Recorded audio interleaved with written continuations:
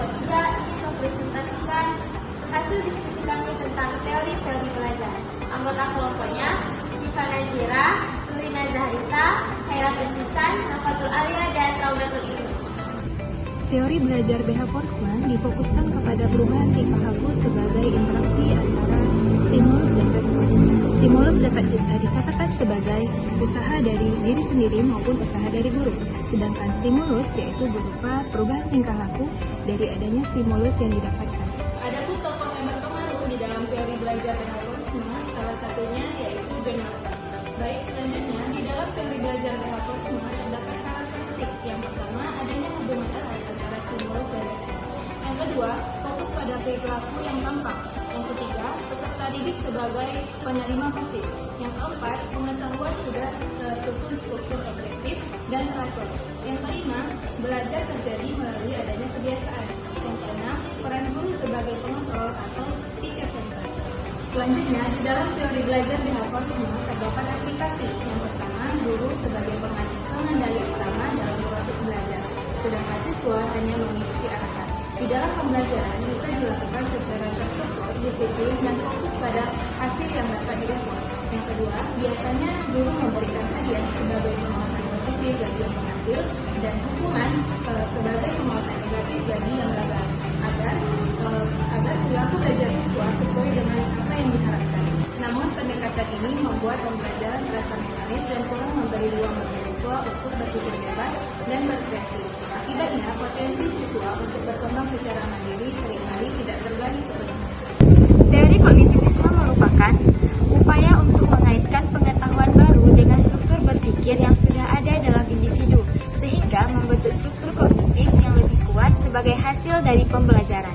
Teori belajar kognitivisme lebih mementingkan proses belajar daripada hasil belajar itu sendiri. Adapun dalam teori kognitivisme ada 8 ahli yang berpengaruh dalam teori ini. Yang pertama Jean Piaget, Jeremy Bruner, dan David Altshuler.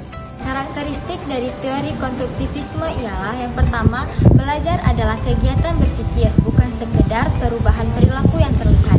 Yang kedua, siswa berperan aktif dalam mencari dan memahami informasi. Yang ketiga, setiap siswa memiliki cara belajarnya sendiri.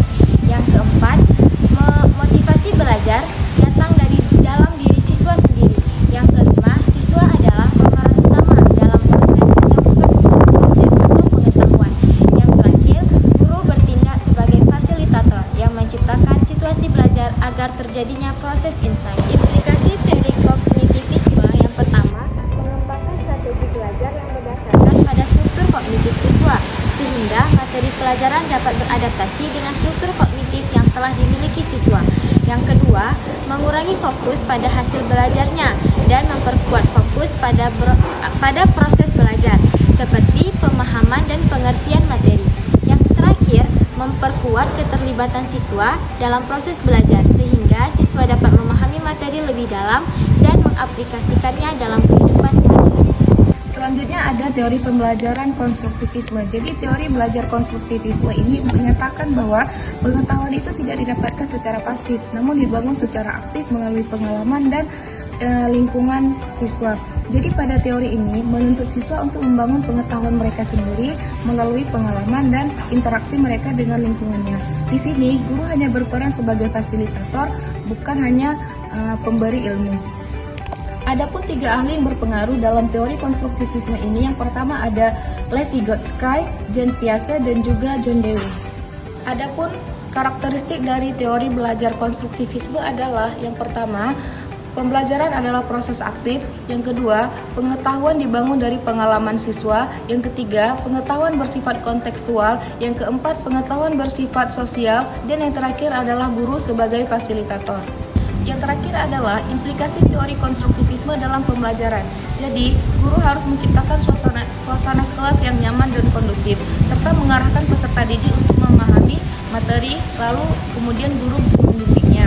Selanjutnya adalah peserta didik harus secara langsung untuk menyelesaikan permasalahan yang ada dan menemukan solusi dari permasalahan tersebut. Jadi dengan teori konstruktivisme ini, siswa itu dapat berpikir untuk menyelesaikan masalah, mencari ide, dan membuat keputusan. Jadi dengan siswa berkontribusi langsung dalam pembelajaran dan aktif, itu akan membuat pemahaman mereka lebih mudah diingat akan pembelajaran yang terjadi.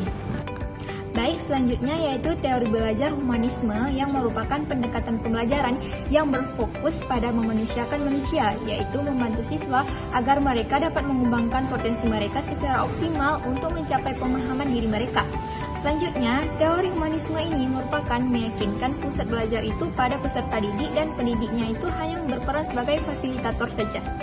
Adapun 7 ahli berpengaruh dalam teori humanisme salah satunya yaitu Abraham Maslow dan Arthur Kampf.